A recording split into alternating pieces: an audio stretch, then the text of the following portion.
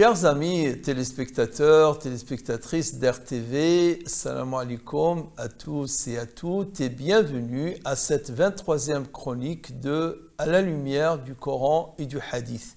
Nous arrivons au Juz 23, le bichapitre 23. Et j'aimerais préciser que le terme chapitre n'est pas un terme très exact parce qu'en langue française, nous traduisons parfois avec le même mot quand nous parlons de hizb et quand nous parlons de surah.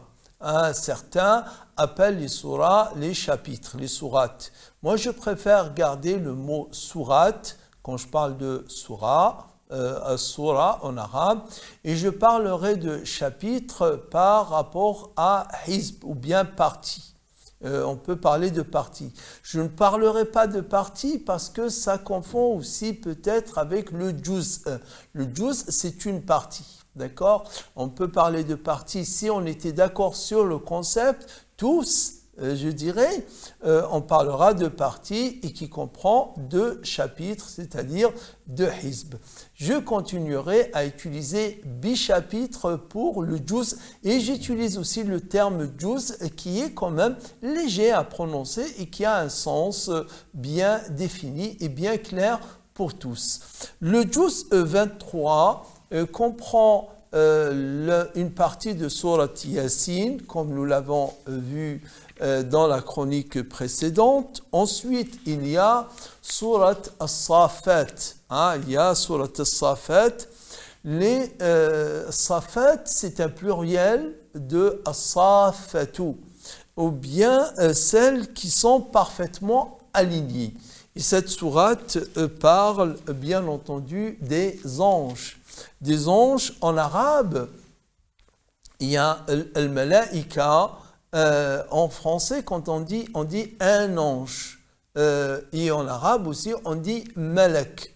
Malak. Et le pluriel nous donne malaika avec un ta. Avec un ta, et c'est assez plaisant. Donc, ce bichapitre, il comprend tout ce qui, le restant de Surat Yasin, à partir notamment, plus précisément, je veux dire, du verset 27 jusqu'à la fin, Surat As-Safat, et il comprend Surat Sad, et il se termine par Az-Zumar. Et il se termine par Az-Zumar, et qui est, dont on parlera dans une chronique suivante. Et cela, bien entendu, me laisse avoir l'envie de revenir au verset 19 de Surat Yasin, dont j'ai commencé à parler très rapidement quand j'évoquais cet homme, cette personne, qui peut être aussi une femme, d'accord, les uns et les autres, ils ont un même rôle dans la société, d'être des éveilleurs d'esprit, d'être des lanceurs d'alerte, d'être, je dirais, de ceux qui font prendre conscience à d'autres, par des idées, par des notions, par des conseils donnés par écrit ou donnés oralement. Là, le verset 19 de Surat Yasin nous parle de cet homme. Il dit « Accourant du bout de la ville, un homme vint leur dire « Waja'a min aqsa al-madinati rajulun yas'a » Il dit, ô mon peuple, suivez les bien guidés. Ya qawmi ittabi'u al-mursalin. Donc il dit, rajulun yas'a qala ya qawmi ittabi'u al-mursalin. Suivez ces hommes qui ne vous réclament aucun salaire et qui sont bien guidés. Là, nous remarquons cette notion de ne réclamer aucun salaire. il y a donc ici la mise en évidence, la mise en exergue du fait qu'ils le font de façon bénévole. Ils le font par altruisme, sans attendre rien en retour. Donc cet homme bienveillant par rapport à sa communauté, qui veut motiver, conseiller, inciter sa communauté à suivre ses bien guidés, ses morsalines, ses envoyés, il leur dit, mais regardez, il ne vous demande rien comme salaire, il ne vous demande pas de l'argent, il vous demande juste de l'attention.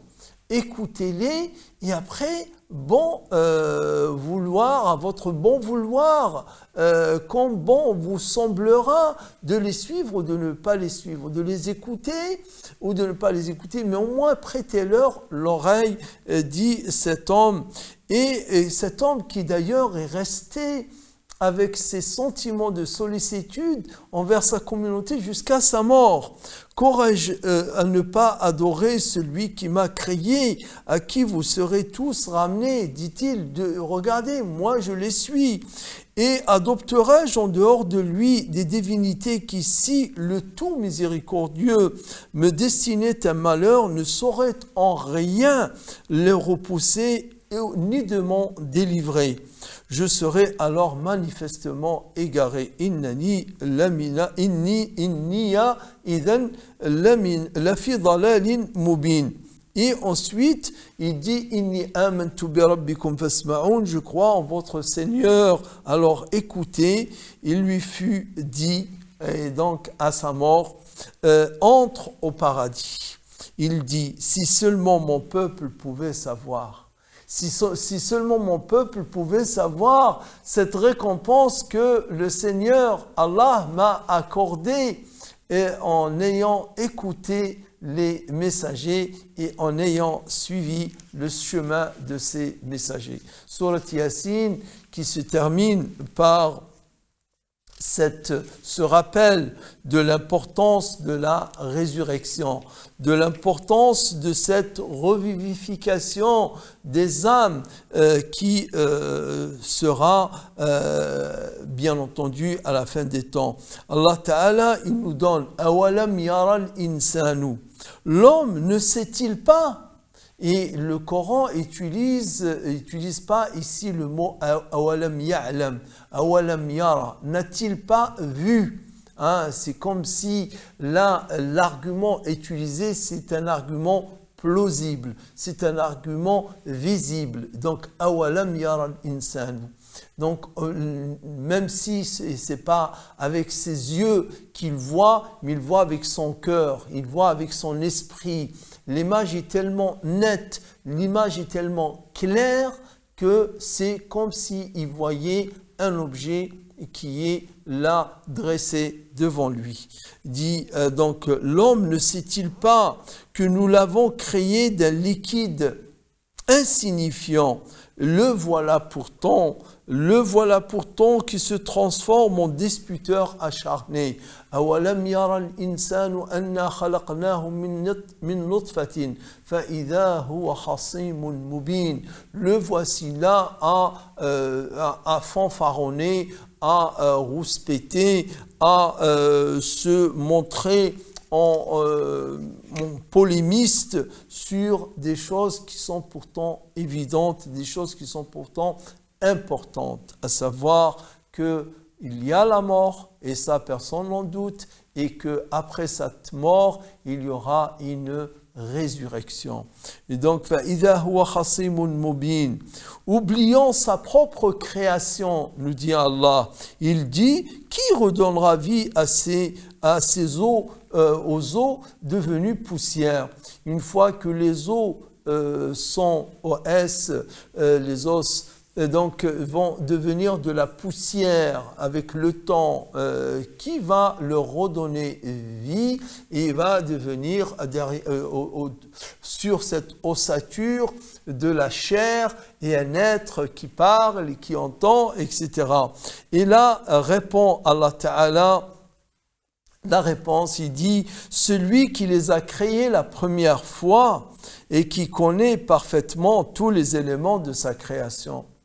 Il dit, celui qui a créé les cieux et la terre, n'est-il pas capable?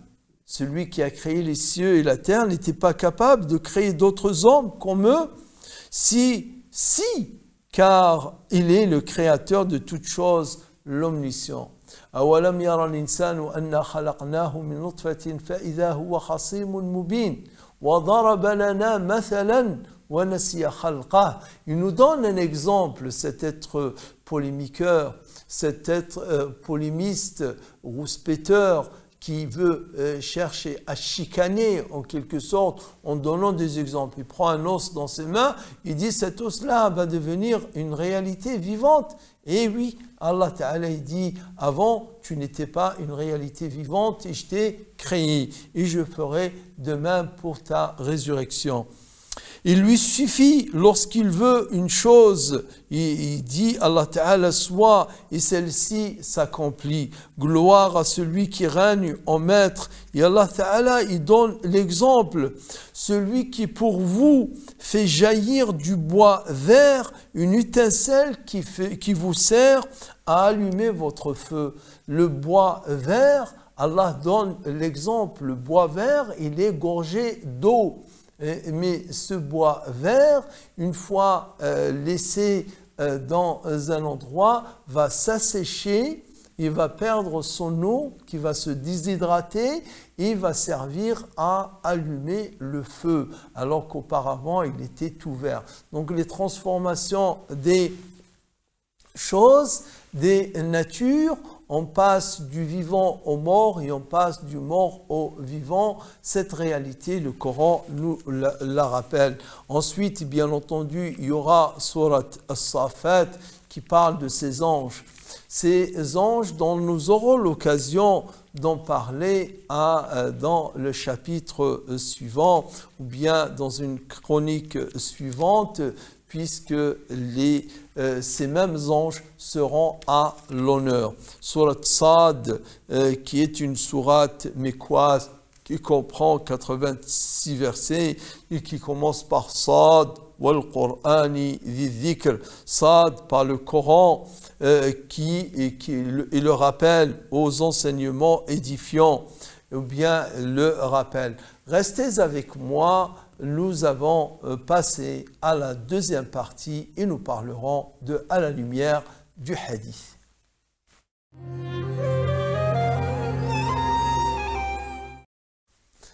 À la lumière du hadith d'aujourd'hui, nous allons renouer avec ce que nous avons commencé à faire lors de chroniques précédentes, à savoir de prendre une biographie du prophète Mohammed sallallahu alayhi wa sallam et en parler. Et pour celle d'aujourd'hui, j'ai choisi une biographie qui a la particularité, qui a une double particularité. Premièrement, c'est une biographie qui est un peu romancée.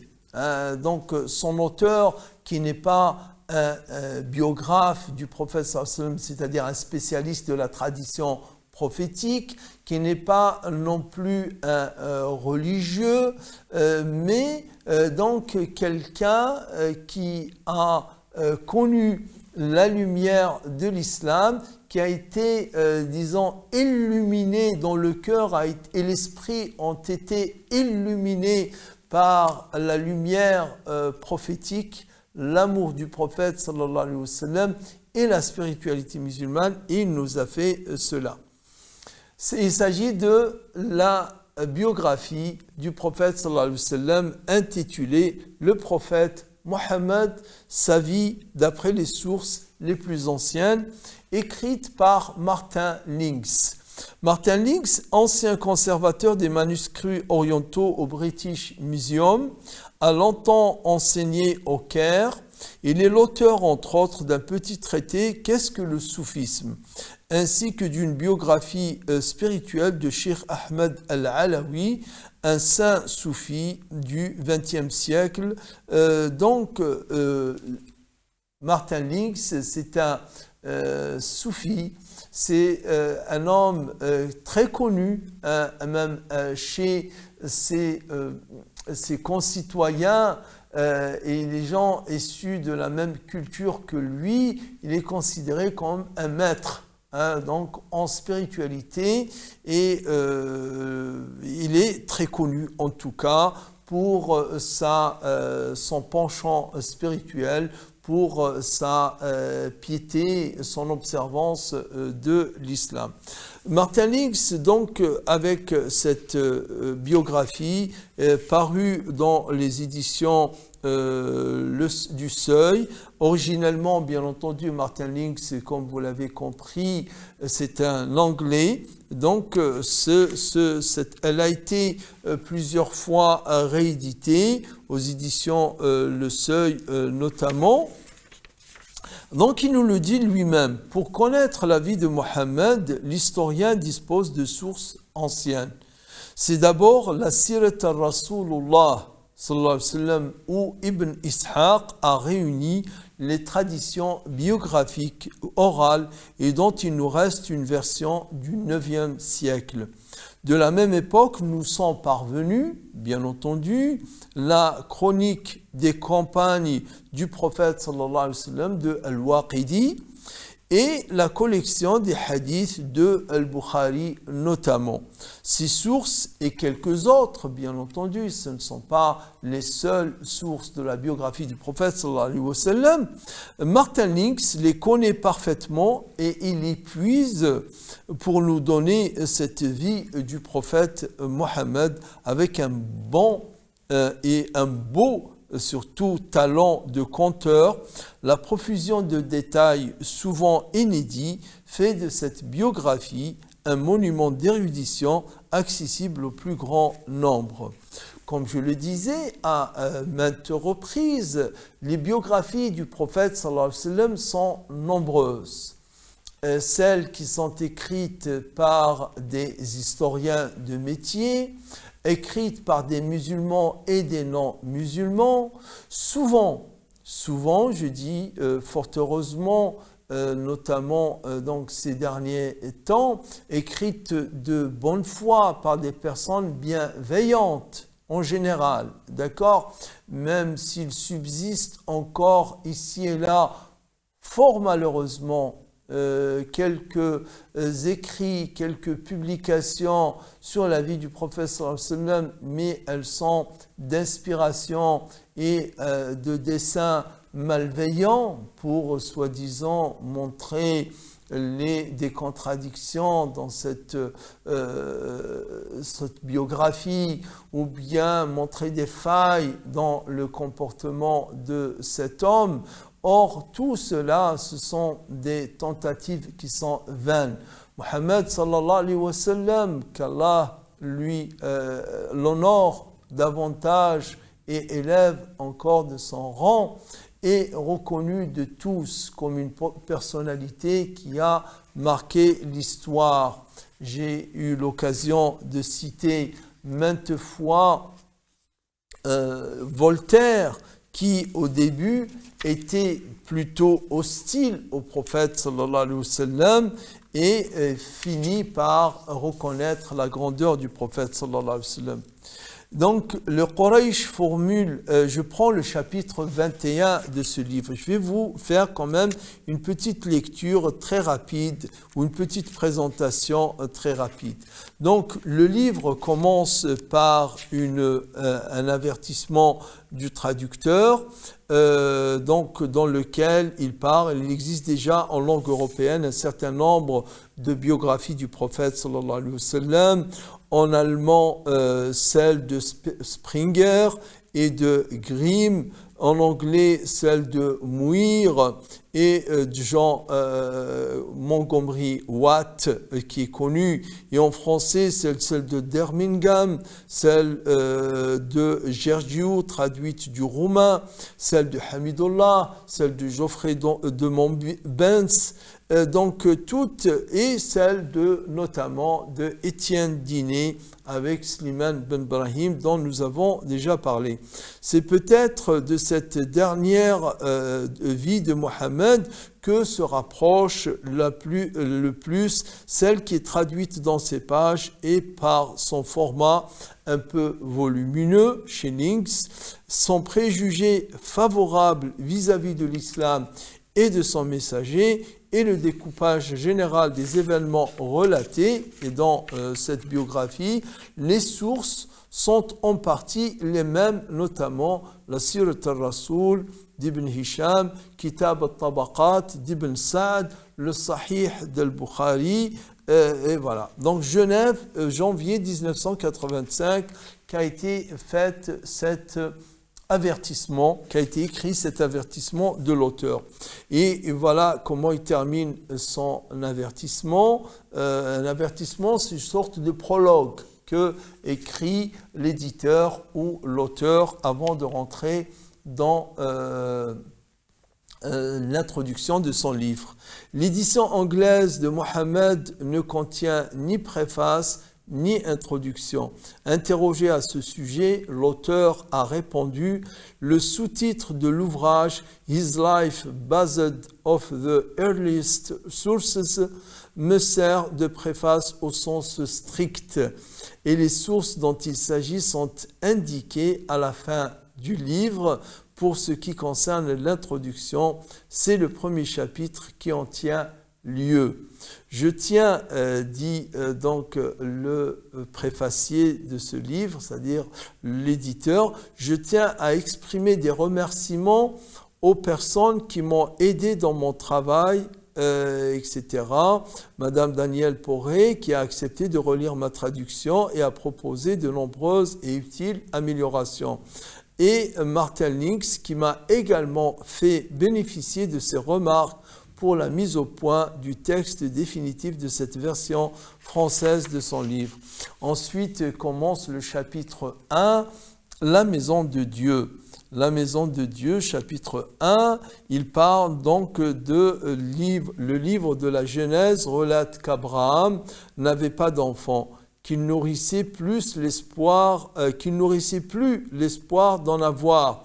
Une nuit, Dieu le fit sortir de sa tente et lui dit « Lève les yeux au ciel et compte les étoiles si tu peux les dénombrer. » Et tandis qu'Abraham plongeait son regard dans la voûte céleste, il entendit la voix lui dire « Telle sera ta postérité. » Allahu Akbar.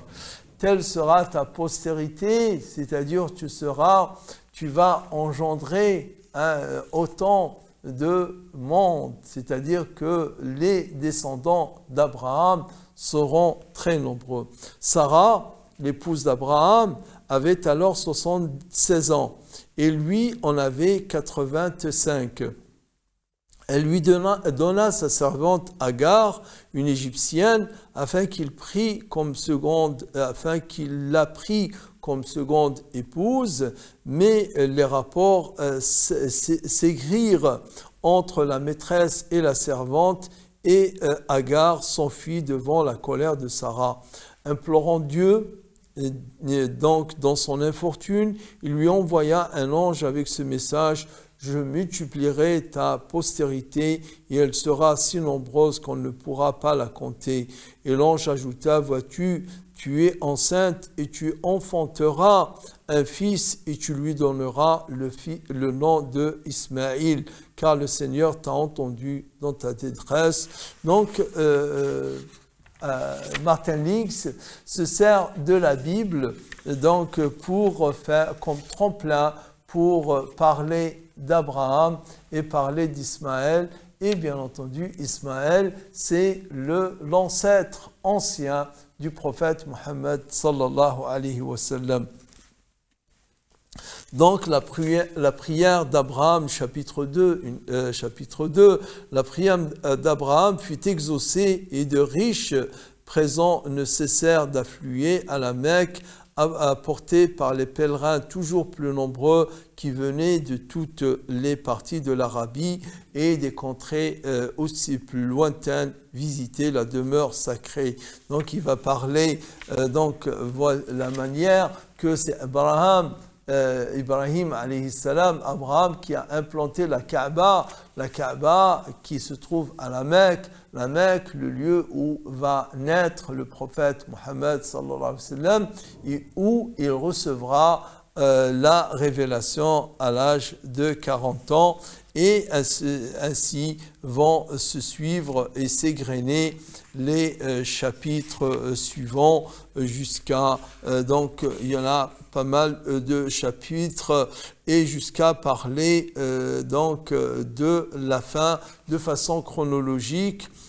Donc il donne des titres qui sont suggestifs et il termine par ce qui est bien dans cette biographie, que nous avons un index des noms et de personnes, un index des lieux, un index des tribus. Nous avons un arbre généalogique vers la fin de Quraysh jusqu'à le prophète Mohammed sallallahu alayhi wa sallam. Nous avons une carte géographique qui présente le lieu. Je dirais autant d'éléments pour dire que ce n'est pas un roman, mais une biographie au sens propre du mot.